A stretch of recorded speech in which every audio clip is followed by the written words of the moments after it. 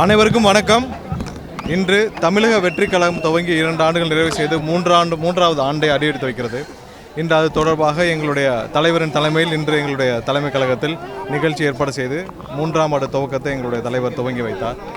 அதாவது ஒரு கட்சி ஆட்சிக்கு வந்து 2 வருஷத்தில் ஒட்டுமொத்த தமிழக மக்களின் ஒட்டுமொத்த அன்பை பெற்று இன்று ஒட்டுமொத்த தமிழக மக்களுக்கும் ஒரு 2026 தேர்தல் வந்து ஒரு மாற்றத்துக்கான தேர்தல், கண்டிப்பாக மாற்றம் வரும் என்ற நம்பிக்கை அளித்த தேர்தல். அதுக்கு வர இன்னும் 2 மாதம் தான் இருக்குது எலெக்ஷனுக்கு. அதுக்காக எப்படி எவ்வாறு பணி செய்ய வேண்டும், எவ்வாறு மக்களிடம் சென்று சேர வேண்டும், ஏன்னா மக்கள் தயாராக இருக்கிறார்கள் எங்களுக்கு வாக்களிக்க. 2026 தேர்தல் கண்டிப்பாக தமிழகத்துக்கு மட்டுமல்ல, இந்தியாவிற்கே ஒரு எடுத்துக்காட்டான ஒரு தேர்தலாக இருக்கும். 2026 மே மாதம் எங்களுடைய தலைவர் முதலமைச்சராக பதவியேற்கும் நிகழ்வை தமிழக மக்கள் அனைவரும் எதிர்நோக்கி காத்திருக்கிறார்கள். அடுத்த வருடம் இதேபோல எங்களுடைய தலைவர் முதலமைச்சராக 4ஆம் ஆண்டை அடியெடுத்து வைக்கும் நிகழ்வு நடைபெறும் என்பது தொண்டர்கள் விருப்பமாக இருக்கும். இந்த நிகழ்ச்சி நல்லபடியாக நடந்து முடிந்தது. வேற ஏதாவது கேள்விகள் இருந்தாலும் கேட்கலாம்.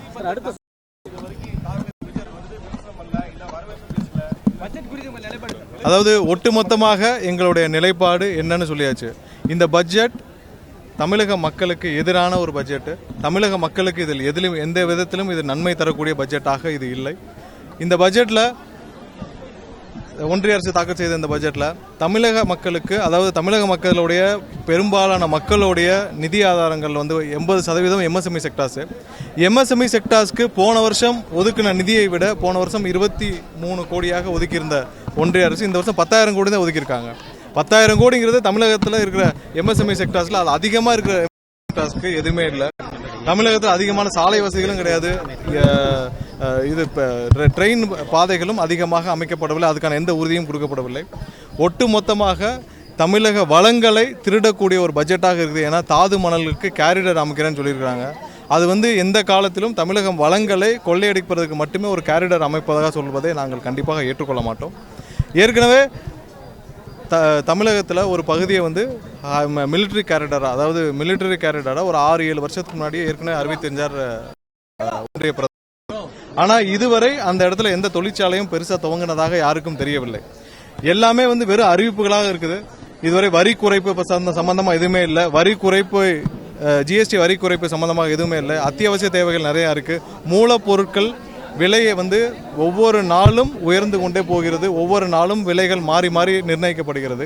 மூலப்பொருட்கள் உடைய விலைகளை நிர்ணயிக்க ஒரு கமிட்டி கூட அமைக்கவில்லை. அது சம்பந்தமாக எதுவும் இல்லை. ஏன்னா மூலப்பொருட்களை ஒரு திடமாக நியமித்தாதான் அதோடைய விலையை நிர்ணயித்தால்தான் இன்றைக்கி இருக்கிற சிறு குறு நிறுவனங்கள் அதை வைத்து ஒரு தொழில்களை துவங்க முடியும். ஒவ்வொரு நாளும் தங்க விலை மாதிரி மூலப்பொருட்கள், ரா மெட்டீரியல்ஸோட விலை வந்து ஏற்ற இறக்கமாக இருந்தால் எப்படி தொழில் செய்ய முடியும்? எந்த விதமாக ஒரு அடிப்படை மக்களுடைய வாழ்வாதாரத்திற்கும் மக்களுடைய முன்னேற்றத்திற்கும் ஏற்ற பட்ஜெட்டாக இது இல்லை என்பது எங்களுடைய கருத்து. நாங்கள் எங்களுடைய தலைவரும் தமிழக வெற்றி கழக நிர்வாகிகளும் அனைவரும் 2026 தேர்தலை நோக்கி சென்று கொண்டிருக்கிறோம். கண்டிப்பாக இது அனைத்தும் அந்த தேர்தலில் எதிரொலிக்கும் என்பது எனது கருத்து.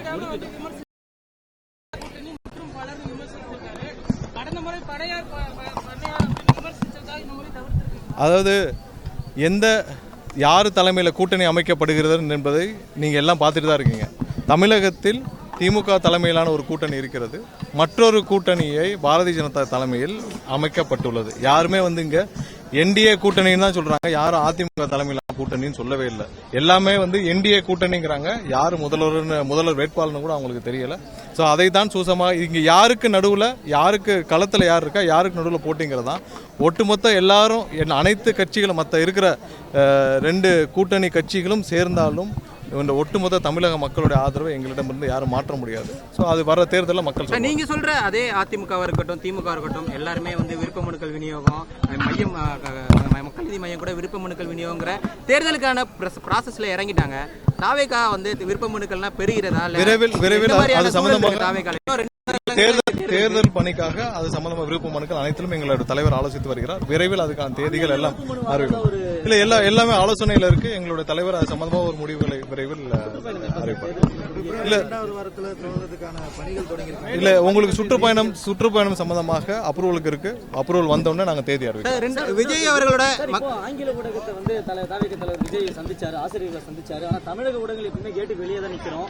ஆனா ஒரு வாட்டி உள்ள கூட அழைச்சி செய்தியாளர் சந்திப்பு இல்ல. எப்ப சந்திக்க போறாரு செய்தியாளர்களை?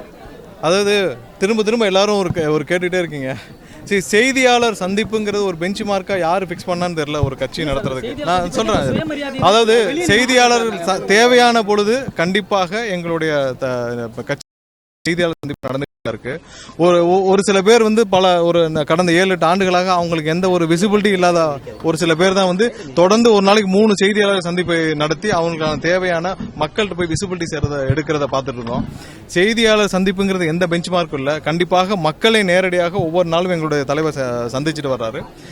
தேவையான பொழுது எங்களுடைய கட்சி நிர்வாகிகள் சார்பாக செய்தியாளர் சந்திப்பு நடந்துட்டு தான் இருக்கு. தேவையான பொழுது கண்டிப்பாக எங்களுடைய இதுவரையிலான மக்கள் சந்திப்பு ஃபுல்லுமே லாங் டிஸ்டன்ஸ் சந்திப்பா தான் இருக்கு. எப்போ வந்து மக்களை வந்து கை கொடுத்து சந்திக்க போறாரு? ஏன்னா எல்லா இடத்துக்குமே ஒரு புரோட்டோகால் படி நடக்கிற மாதிரியே ஒரு குறிப்பிட்ட தொலைவிலே மக்களை வச்சு தான் சந்திச்சுக்கிறாரு. பேச்சு மட்டும் தான் இருக்கு. இல்ல உங்களுக்கு உங்க எல்லாருக்கும் தெரியும் மற்ற கட்சிகள் மாதிரி எங்களுடைய தலைவருக்கு இங்க இருக்கிற லோக்கல் அட்மினிஸ்ட்ரேஷன், அதாவது காவல்துறை சார்பாக எந்த ஒத்துழைப்பு எந்த பாதுகாப்பும் கொடுக்கப்படுவதில்லை. முக்கியமாக இங்க தமிழக மக்கள் அனைவரும் எங்களுடைய தலைவரிடம் வந்து சந்திக்க வேண்டும் என்று விரும்புகிறார்கள்.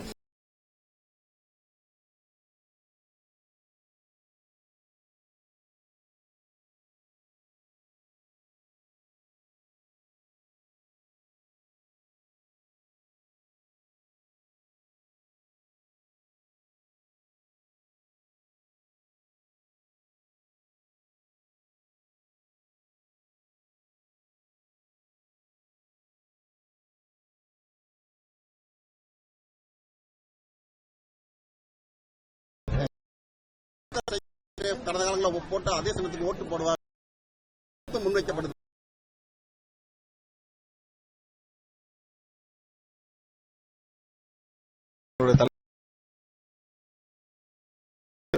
தவறான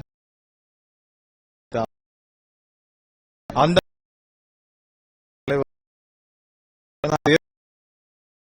ஏற்பட்ட முறையில் காலை நினைச்சு அந்த சைக்கிள் இருந்துச்சு, அந்த சைக்கிள் ஏறி பயணிச்சேன்னு சொன்னாரு. போன பயணம் தவறான ஒரு சொல்லப்பட்ட ஒரு கருத்து. அதை நாங்கள் இங்கே திருத்திக் கொள்கிறோம். அது இல்ல இல்ல